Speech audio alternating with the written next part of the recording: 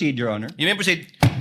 Honorable Senator Judges, noong ika-22 ng Hunyo 2026, nagulat at nagdalamhati ang buong bansa sa pamamaril sa isang paaralan sa Tacloban City na ikinasawi ng 3 batang mag-aaral at ikinasugat ng marami pang iba. Ang mga salarin, mga minor de edad, sa kabila ng kanilang murang edad, agad na kumilos ang mga otoridad upang ipatubad ang mga umiiral na batas. Ang mensahe ay malinaw.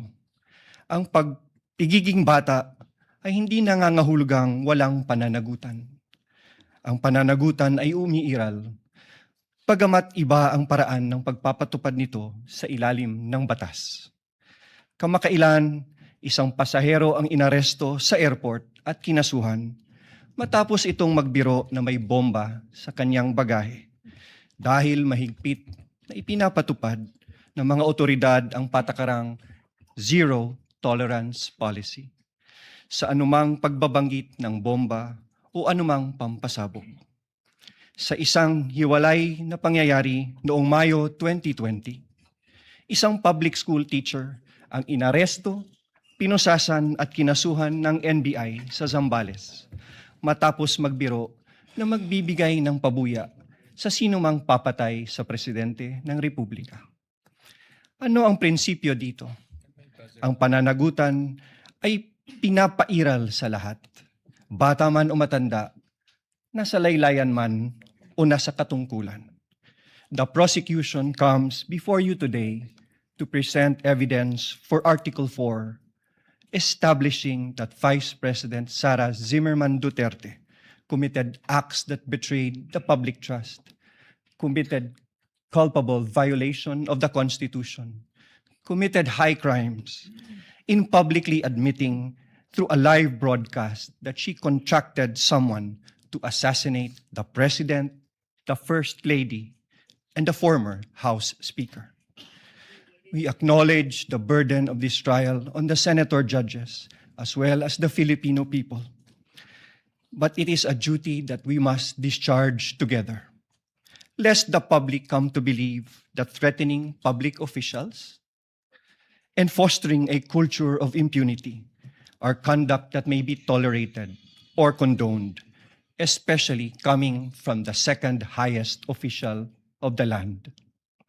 Ang mga kilos at salita ng Vice Presidente ay hindi dapat ituring na simpleng krimen sa ilalim ng batas, kundi tuwirang paglabag sa saligang batas.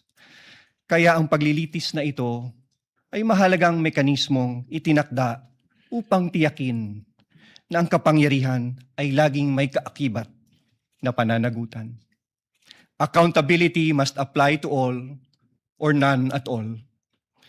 At the heart of this impeachment proceeding lies a fundamental question para sa ating lahat. Can we continue to entrust one of the highest constitutional offices to a public official who, on multiple occasions, purposely and willfully and repeatedly resorted to threats of violence against the very institutions that she swore to uphold and protect?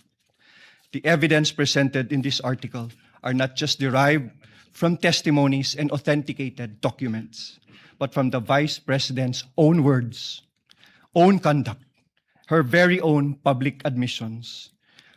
Her words were neither accidental nor taken out of context.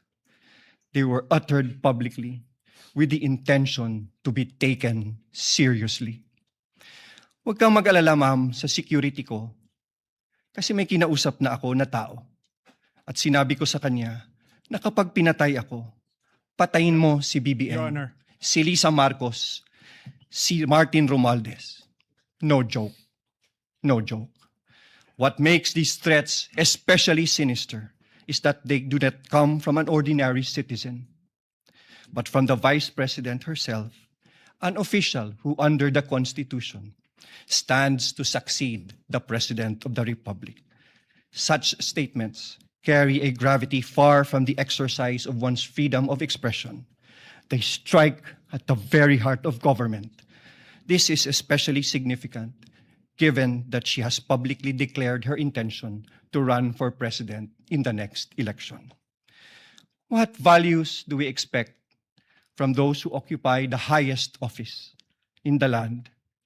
Delicadeza, palabra de honor, integrity, and loyalty to your oath of office. These are not outdated ideals. They are the foundations of honorable public office. Maraming salamat po, Your Honors. The remarks of the gentleman are duly noted. However, Chair would like to inform and instruct the Senator Judges that the statement and manifestation made by the Honorable Defensor should not in any way be taken as evidentiary because it was merely a manifestation cum introduction of the fourth article of impeachment. Any evidence to be presented proving the fourth article of impeachment should be done through a witness under oath, duly subscribed and subjected to direct and cross-examination. We Call your submit, first witness, Your sir. Honor, may I be allowed also